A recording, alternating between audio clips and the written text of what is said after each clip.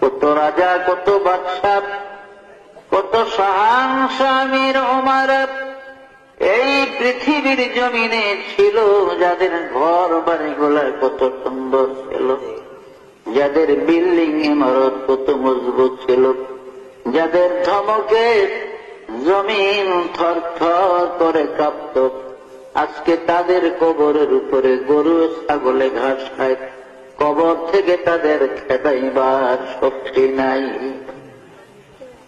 কুজা কারণ, কুজা ফেরাউন, কুজা নমরুদ সুদাহমান, কুজা শাওকত পেয়াজ শাহেদ, কুজা তখতে সুলাইমান, কুজা শাওকত পেয়াজ শাহেদ, কুজা তখতে সুলাইমান। এখন জাহাজ গাড়ি হাওয়ায় চলে, কলেরই বিধান, ওগো বিনা কলে হাওয়ায় চলত হযরত সুলাইমান, মোরা সেই মুসলমান। এই পৃথিবীর জমিনে চারজন বড় বড় প্রতাপশালী বাদশা ছিলেন, রাজা ছিলেন, যারা সারা দুনিয়া শাসন করেছে, যাদের রাজত্বের সীমানা ছিল মিনাল কাফে ইলাল কাফ, সূর্য উদয় হতে অস্তমিত স্থান পর্যন্ত রাজত্বের বাউন্ডারি ছিল। এমন চারজন বাদশা ছিলেন এই পৃথিবী। এদের মধ্যে দুইজন ছিল কাফের আর দুইজন ছিলেন মুসলমান। কাফেরের মধ্যে দুইজন ছিল বাদশাহ নমরুদ এবং মুখতানসর, আর মুসলমানের মধ্যে ছিলেন হযরত নবী সাইয়েদনা সুলাইমান আলাইহিস সালাম এবং বাদশাহ জুলকারনাইন। জুলকারনাইন বাদশাকে কোরআনের ভাষায় জুলকারনাইন বলা হয়।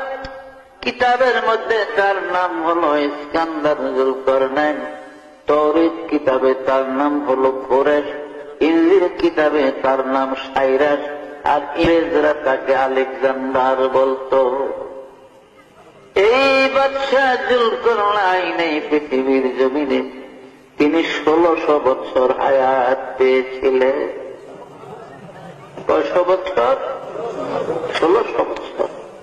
আমাদের 14 গোষ্ঠীর হায়াত একত্র করলে ওই বনি 1600 বছর। যত লাভ দিলেন তো বাদ না। ভাইয়েরা আমার, বাদশাহ জুলকারনাইনকে আল্লাহ পাক মুজিজা স্বরূপ একটা ঘোড়া দান করেছিলেন। তাফসীরে জাবিরিতে আছে, জামে সগীর বগবীর মধ্যে লেখে বাদশাহ জুলকারনাইনকে আল্লাহ পাক মুজিজার একটা ঘোড়া দিয়েছিলেন।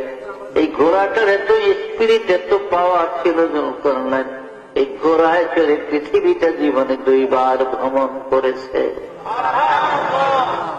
পৃথিবীটা জীবনে সূর্য উদয় হতে অস্তমিত স্থান পর্যন্ত জুলকারনাইনের জীবনে 2 বার পৃথিবী ভ্রমণ করছে।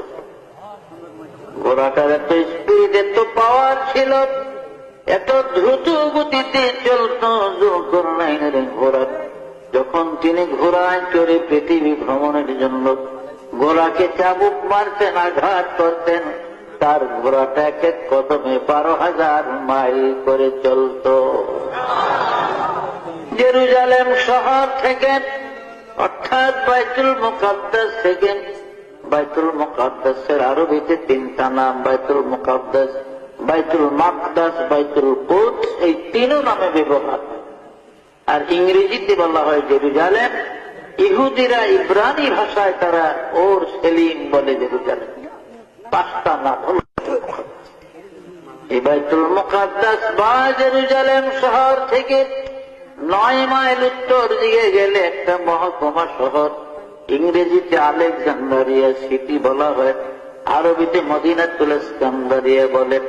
এই ইস্কান্দারিয়ার মধ্যে বাদশাহ জুলকারনাইনের কবর আমি গুনাহগার অনেকবার জিয়ারতের তৌফিক আল্লাহ দান করেছিলেন। আমার এক বন্ধু ছিল মাওলানা হাসান নামে, তার বাড়ি ছিল চট্টগ্রাম মহেশখালীতে, দ্বীপের ওই পা। ও হাটহাজারের থেকে দাওরা পাস করে বাগদাদে গেছে আমার 4 বছর আগে। আমি 61 ইংরেজিতে ঢুকছি সিরিয়াতে, তবে বাগদাদে আসছি আমি ঢুকার সময়ও বাগদাদ হয়ে সিরিয়াতে গেছি, কিন্তু 4 মাস একাধারে ছিলাম ইংরেজি 1962-তে আসে। এই 62 ইংরেজিতে আমার ওই হাসানের সাথে দেখা। আমরা বড় বড় কবর দেখলে সব কইরা নিজেরা একটা আনন্দ উৎসবের মাধ্যমে রুমালের কোনায় ধরে ধরে মাপতাম, দেখতাম কবরটা কত লম্বা। এতে দেখা গেছে বাদশাহ জুলকারনাইনের কবরটা 48 হাত লম্বা। কত বিরাট কায়া, শক্তিশালী মানুষ ছিল। অথচ কাজা এলাহির ডাক যখন আসছে, মৃত্যুর পরোয়ানা যখন এসে গেছে, আর এই দুনিয়ায় থাকতে পারে না, চলে গেছে। তো আমরা কি থাকতাম ওর দুনিয়াতে? আমরাও পারব। আমার আল্লাহ পাক বলেন, বিসমিল্লাহির রহমানির রহিম, আইনামা তাকুনু ইউদরিকুমুল মাউত ওয়ালাউ কুনতুম ফি বুরুজিন মুশাইয়াদাত। ও বান্দা, মৌতের ডরে, মৃত্যুর ভয়ে তুমি পৃথিবীর যেখানে যাও না কেন, যেই জায়গায় গিয়ে ঢুকাও না কেন, আব্দুল্লাহ বাদশার মতো যদি সত্য লোহার মজবুত একটা সিন্দুক বানাইয়া তার মধ্যে তুমি লুকাও, আমার মালাকুল মউত ওই সিন্দুক থেকে তোমাকে ধরে নেবে, এই দেশের জমিনে থাকতে দিবে না। মাল দৌলত ইলম হশমত कुछ नहीं काम आएगा, माल दौलत और महशमत कुछ नहीं काम आएगा, मौत जिस दिन आ जाए गर्दन पकड़ ले जाएगा। দুনিয়ার মাল দৌলত কোনো কাজে লাগবে না। আজরাইল আলাইহিস সালাম যখন আসবে, ঘাট ধরে গর্দান ধরে নিয়ে যাবে, এই দেশের জমিনে থাকবে